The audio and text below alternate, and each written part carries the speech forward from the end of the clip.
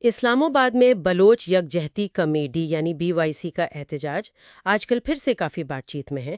تو آج ہم نے سوچا ذرا اس معاملے کو تفصیل سے دیکھتے ہیں مختلف ذرائع کی روشنی میں۔ جی بالکل۔ ہمارے پاس BBC اردو، ڈان، انسانی حقوق کی تنظیموں کے بیانات، کچھ اور رپورٹس بھی ہیں۔ جی ہاں۔ مقصد بس یہ سمجھنا ہے کہ بھئی یہ ہو کیوں رہا ہے، کیا مطالبات ہیں، حکومت کیا کر رہی ہے اور الگ الگ لوگ کیا سوچ رہے ہیں۔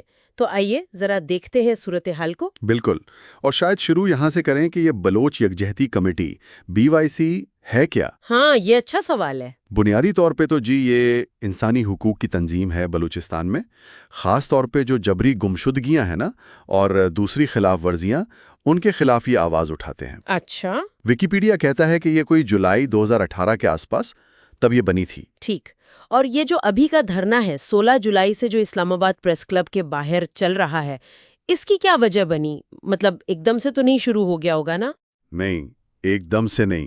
دیکھیں، فوری وجہ تو یہ بنی کہ BYC کی جو لیڈرشپ ہے نا، ڈاکٹر مہرنگ بلوچ اور دوسرے لوگ، ان کو گرفتار کیا گیا، تو ان کی رہائی کا مطالبہ فوری وجہ ہے۔ اچھا۔ لیکن یہ صرف آپ کہہ لیں کہ اوپر کی بات ہے، اصل میں تو بڑے مطالبات ہیں، پرانے مطالبات، جیسے کہ؟ یعنی جتنے بھی بلوچ لاپتہ ہیں ان سب کو بازیاب کیا جائے، اور یہ جو مبینہ طور پر جبری گمشدگیوں کی ایک پالیسی ہے ریاست کی، اس کو ختم کیا جائے۔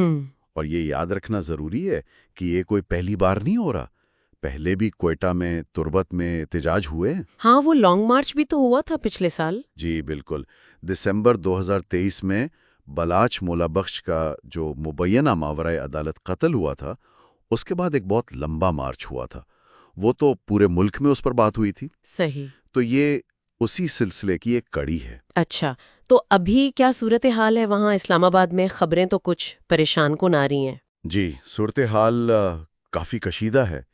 مظاہرین، جن میں زیادہ تر بلوچ خاندان ہیں، بزرگ خواتین، مائیں، بچے، وہ نیشنل پریس کلب جانے والی سڑک پر بیٹھے ہیں، اور اطلاعات یہی ہیں کہ پولیس نے وہ راستہ بند کر دیا ہے، خاردار تارے لگا دی ہیں، بسیں کھڑی کر دی ہیں۔ اور یہ بھی سن رہے ہیں کہ ان کو کوئی سہولت بھی نہیں مل رہی، خیمے وغیرہ؟ بالکل، یہ سب سے زیادہ تشویش کی بات ہے کہ انہیں خیمے نہیں لگانے دیے جا رہے ہیں۔ اوہ، تو وہ شدید گرمی میں اور بیچ میں بارشیں بھی ہوئیں، جی، وہ کھلے آسمان تلے ہیں۔ اللہ۔ ذرائع یہ بھی بتا رہے ہیں کہ پولیس کی بھاری نفری ہے اور شناختی کارڈ چیک کرنے کے بہانے، مطلب ہراساں کرنے کی شکایتیں بھی ہیں۔ اچھا، جی، اور کچھ لوگوں کو تو ان کے کرائے کے گھروں سے بھی نکالے جانے کے اطلاعات ہیں۔ یہ تو بہت سخت حالات ہیں۔ اور ڈاکٹر مہرنگ بلوچ جن کی رہائی کا مطالبہ ہے، ان کا اپنا کیا سٹیٹس ہے؟ کوئی رابطہ وغیرہ ہو پا رہا ہے ان سے؟ ذرائع تو یہی بتا رہے ہیں کہ رسائی بہت ہی محدود ہے۔ اچھا۔ صرف ان کی والدہ کو ملنے دیا گیا ہے، باقی گھر والے، وکیل، ان کو اجازت نہیں ہے۔ تو پھر قانونی کارروائی کیسے ہوگی؟ ظاہر ہے مشکل تو ہو رہی ہے۔ سپریم کورٹ میں درخواست تو دی ہے ان کی گرفتاری کے خلاف، وہ بھی چل رہی ہے۔ ٹھیک ہے۔ یہ تو ہو گئی وہاں کی صورتحال اور مشکلات۔ اچھا، اس پر لوگ کیا کہہ رہے ہیں؟ مظاہرین خود کیا کہتے ہیں؟ ان کا موقف تو بڑا سیدھا ہے، وہ کہتے ہیں جی ہم پرامن احتجاج کر رہے ہیں، یہ ہمارا حق ہے، جی، اور ان کے ساتھ امتیازی سلوک ہو رہا ہے۔ ایک خاتون کا بیان تھا BBC پر کہ پاکستان میں سب کو احتجاج کا حق ہے سوائے بلوچ کے۔ یہ تو بڑی بات ہے۔ جی، اور انہیں ڈر بھی ہے کہ کہیں کوئی کریک ڈاؤن نہ ہو جائے۔ ظاہر ہے۔ اچھا، یہ تو مظاہرین کی بات ہوئی، باقی لوگ مطلب سیاستدان، انسانی حقوق والے، ان کی طرف سے کیا رد عمل ہے؟ ہاں، رد عمل ہارا ہے۔ جیسے سابق سینیٹر ہیں فرات اللہ بابر، انہوں نے بڑا واضح کہا ہے کہ بھئی احتجاج تو بنیادی حق ہے۔ صحیح۔ اور انہوں نے کہا کہ بلوچستان کے دو بڑے مسئلے ہیں، ایک تو وہاں نمائندہ حکومت نہیں، اور دوسرا یہ جبری گمشدگیاں، اور بات چیت ہونی چاہیے۔ ٹھیک۔ اسی طرح human rights commission of Pakistan HRCP، انہوں نے بھی کہا ہے کہ پرامن احتجاج کا حق ہے، اس کی حمایت کرنی چاہیے۔ جی۔ اور انہوں نے یہ بھی زور دیا ہے کہ جو لوگ جائز حقوق مانگ رہے ہیں اور جو لوگ مطلب عسکریت پسندی میں ملوث ہیں، ان میں فرق کرنا بہت ضروری ہے۔ ہاں، یہ ایک اہم نکتہ ہے۔ جی، یہ ایک نازک معاملہ ہے۔ لیکن ظاہر ہے ہر کہانی کی طرح اس کا بھی ایک دوسرا رخ ہوگا۔ ریاست کا موقف کیا ہے؟ کیا الزامات ہیں؟ ذرائع اس بارے میں کچھ بتاتے ہیں؟ جی، یہیں پر آ کر معاملہ تھوڑا سا پیچیدہ ہو جاتا ہے۔ کیسے؟ دیکھیں، کچھ ریاستی ادارے ہیں یا کچھ ذرائع ہیں وہ BYC پر الزام لگاتے ہیں کیا الزام؟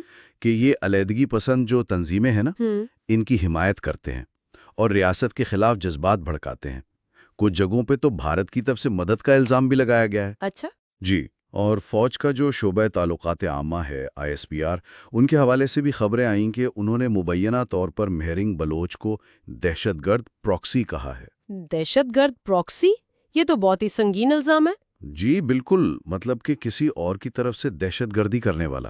کیا ان الزامات کے ساتھ کوئی ثبوت وغیرہ بھی پیش کیا گیا ہے ذرائع میں، یا یہ صرف بیانات ہیں؟ فی الحال ذرائع میں الزامات کا ذکر زیادہ ہے، کوئی ٹھوس ثبوت سامنے رکھنے کا حوالہ کم ملتا ہے۔ ہاں، البتہ کچھ تجزیے ہیں، جیسے سما ٹی وی ہے، یوریشیا ریویو ہے، ان میں یہ تنقید ضرور ملتی ہے BYC اور مہرنگ بلوچ پر۔ کس قسم کی تنقید؟ کہ وہ جو مبینہ طور پر بلوچ عسکریت پسند تنظیمیں ہیں، BLA BLF، ان کے ہاتھوں جو عام شہری مارے جاتے ہیں، ان کی یہ لوگ واضح مذمت نہیں کرتے۔ اچھا، یعنی ان کا نقطہ یہ ہے کہ انسانی حقوق کی بات ہے تو پھر ہر قسم کے تشدد کی مذمت ہونی چاہیے؟ جی بالکل، یہی ان کا نقطہ نظر ہے۔ ٹھیک۔ لیکن وہیں پھر بھرت اللہ بابر والی بات بھی آ جاتی ہے کہ بھئی کسی کو بغیر قانونی کارروائی کے ایک طرفہ طور پہ دہشت گرد کہہ دینا، اس سے مسئلے اور بڑھ سکتے ہیں۔ صحیح بات ہے۔ تو اگر ہم ان ساری باتوں کو جوڑیں تو تصویر کیا بنتی ہے؟ ایک طرف تو وہ خاندان ہے جو سخت مشکل میں احتجاج کر رہے ہیں اپنے پیالوں کے لیے، جی، دوسری طرف ریاست ہے جس کے اپنے سیکیورٹی کے خدشات ہیں، الزامات ہیں، اور وہ اس احتجاج کو اس نظر سے دیکھ رہی ہے۔ بالکل۔ یہ بلوچستان کے جو پرانے پیچیدہ مسائل ہیں نا، یہ اسی کی ایک اور جھلک ہے۔ انسانی حقوق، شہری آزادیاں، ریاست کی سیکیورٹی، قومی سلامتی، ان سب کے بیچ کی ایک کشمکش ہے۔ جی اور آخر میں سننے والوں کے لیے ایک سوال چھوڑ جاتے ہیں سوچنے کو، ضرور۔ کہ جب ایک پرامن احتجاج کو، جس میں بنیادی انسانی حقوق کے مطالبات ہوں، اسے سیدھا قومی سلامتی کے ساتھ جوڑ دیا جائے، تو یہ چیز پاکستان میں شہری آزادیاں، بنیادی حقوق اور ریاست اور شہریوں کے بیچ جو اعتماد کا رشتہ ہے، اس کے بارے میں کیا سوال اٹھاتی ہے؟